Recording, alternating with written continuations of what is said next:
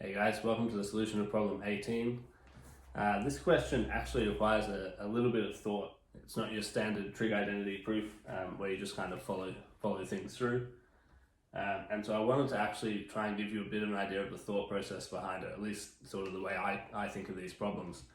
Because often when you see the solution, there's this nice clean solution and you're left wondering like, oh, how the hell did you even come up with that in the first place? So I wanted to try and talk you through it a little bit. So the setup is, so we're told that sine of x plus sine of y is equal to this thing. We know what cos of x plus cos of y is, and we're asked what is sine of x plus y. And so I guess the first sort of the obvious place, at least for me, to start with is to use our addition identity here. Right, so the sine of x plus y is equal to this.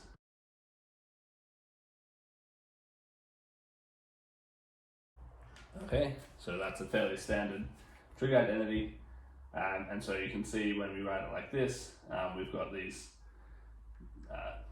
these cross terms here, and so looking at the information that we know, sort of an obvious place to start would be to go, okay, if I want to take this and end up with sine x times cos y and cos x times sine y, obviously multiplying these things together will help me do that, and so that's where we're going to start. Okay, so if we take these two things and multiply them, so on the left side we're going to get these two things multiplied together, on the other side we're going to get the two numbers multiplied together. Okay, and so then we can expand this out.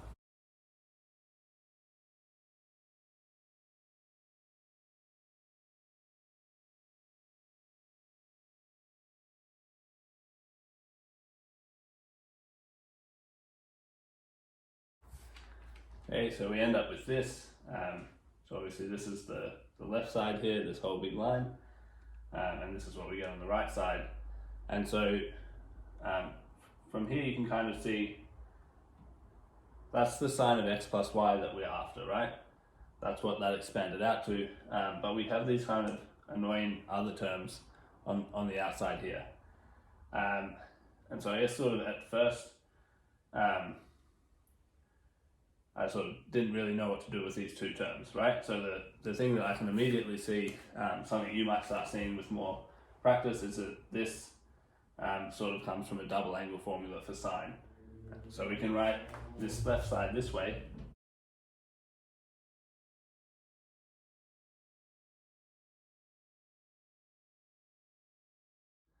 Okay, and so at this point, I'm sort of stuck. I've got no real idea what to do with the sine of 2x and the sine of 2y. And so what I'm going to do, I'm going to go back and look at these things and see what other things can I do with these equations other than just multiply them together.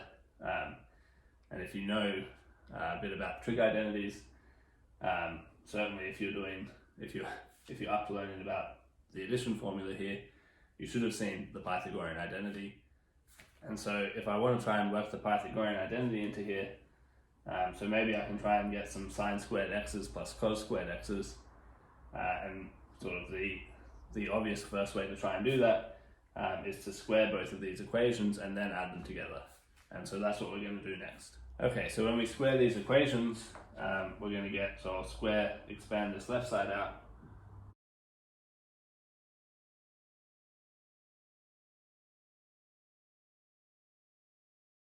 And for the second one, we're going to do the same thing.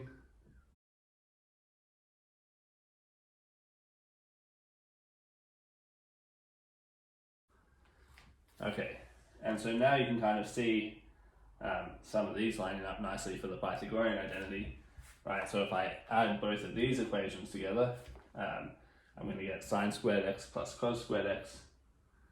So we're going to add these together. You add those, you get 1. Okay, then we have this thing.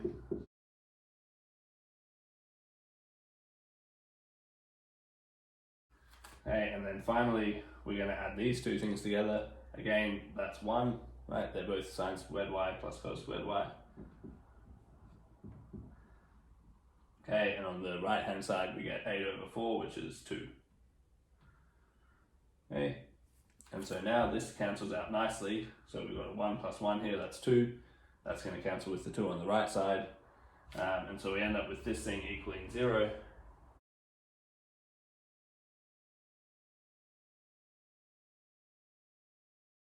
Okay, and so we can divide through by 2 to get rid of the 2's at the front.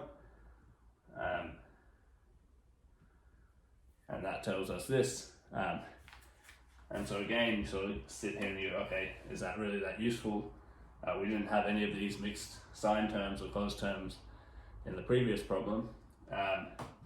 But again, one thing to notice, one thing that you should be starting to pick up is that this is actually what happens when you expand cos of x, in this case minus y, right? Because we've got a plus here.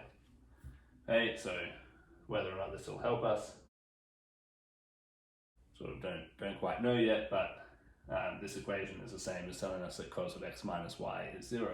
Okay, so after doing all of that, we sort of go back and stare at our original equation that we had, and we have this extra bit of information now that cos of x minus y is 0, and we're hoping that somehow we can use that to tie in here. And so if we simplify this, so we can take the half out,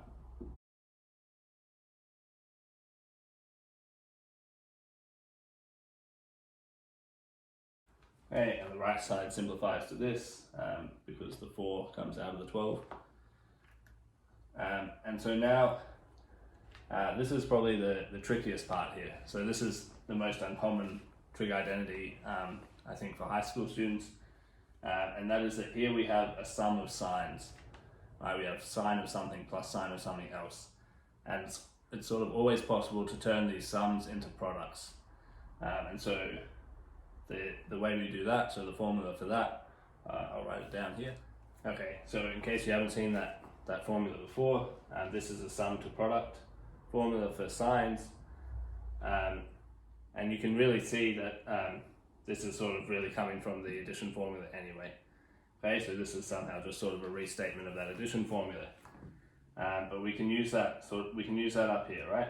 So if we apply this formula up here, we have a is 2x, b is 2y. So this is going to become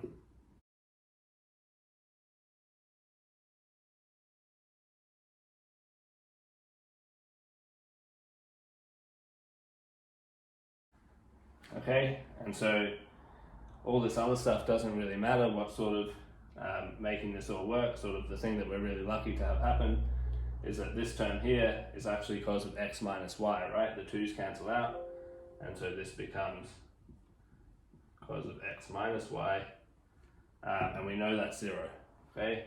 And all of this is multiplied together, so this is sine of x plus y, okay, and the 2 and the half cancel out.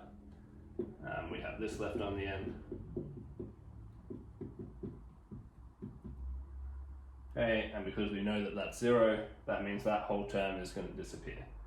Okay, so that's gone. And that leaves us with sine of x plus y equals square root 3 on 2.